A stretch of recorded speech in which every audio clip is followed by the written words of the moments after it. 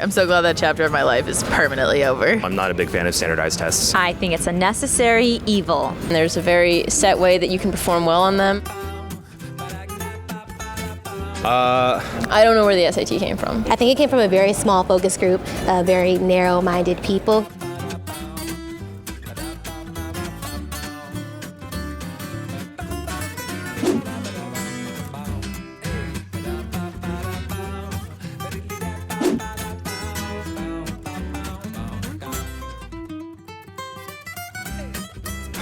Oh, he was a eugenicist. That's cute. Science being used to back up racism since forever. That is so f***ed up.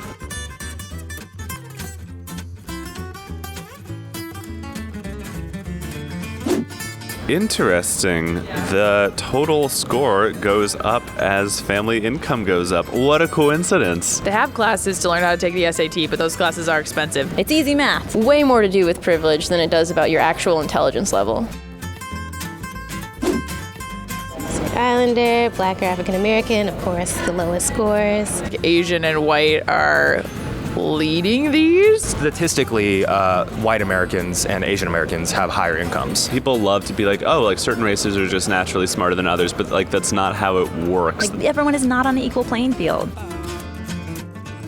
Now that I've looked at all these statistics, I'm like, oh God, I don't know. I wish I could say that this has escaped from its eugenicist roots, but In a lot of ways, it hasn't changed that much because it's just basically reinforcing the idea that certain people are stupid. I think schools should be better funded so that they can provide tutoring and resources for their students to perform better on the SAT.